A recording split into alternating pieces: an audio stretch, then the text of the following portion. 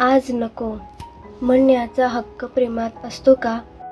कधी कधी असं होतं ना, शब्द नको असतो, पण आत काहीतरी अजूनच सांगायचं राहून जातं. तो जवळ आहे, पण मन मात्र थोडंसं मागे सरकलेलं. ती काही बोलत नाही, तो काही विचारत नाही.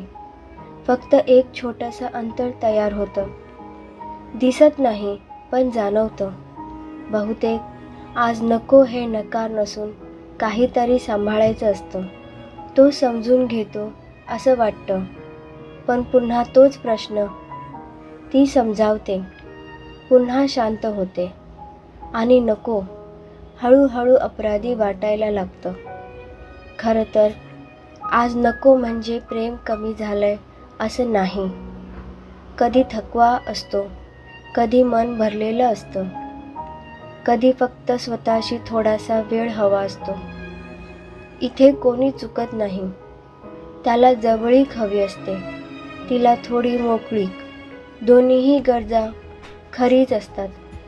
नको म्हणणं म्हणजे दूर जाणं नाही, आणि थांबणं म्हणजे दुर्लक्ष नाही. कधी कधी स्वतःला सांभाळणं हेच नात्याची काळजी घेणं असतं. मग हळूहळू एक गोष्ट कळते, आज नको म्हणालो तर उद्या जवळ येणं अधिक सुरक्षित वाटतं. प्रेमात जिंकणं महत्त्वाचं नसतं, समजून घेणं महत्त्वाचं असतं.